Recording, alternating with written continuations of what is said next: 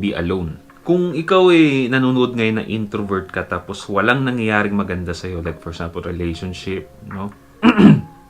Relationship, pera, tas introvert ka ngayon, alam mong introvert ka based sa mga nabasa natin. Well, ang masasabi ko sa'yo, pare, you have to go out of your comfort zone.